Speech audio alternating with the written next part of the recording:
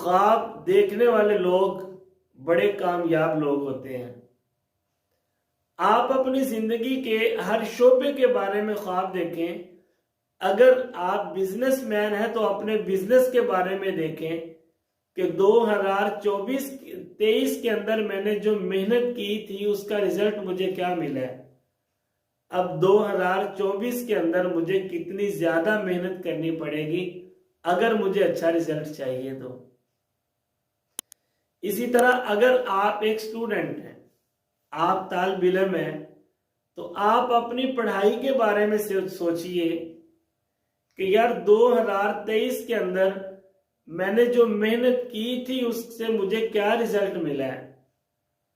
अब 2024 के अंदर मैंने किस तरह मेहनत करनी है, कितनी ज्यादा मेहनत करनी है ताकि मुझे अच्छे मार्क्स मिल सके, ताकि अच्छी पोजीशन बन सके, अच्छी डिग्री बन सके।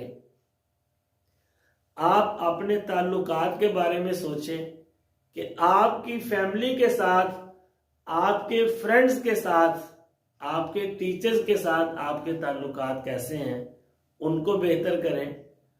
आप अपने मुआशरे के बारे में सोचें, अपनी सोसाइटी के बारे में सोचें।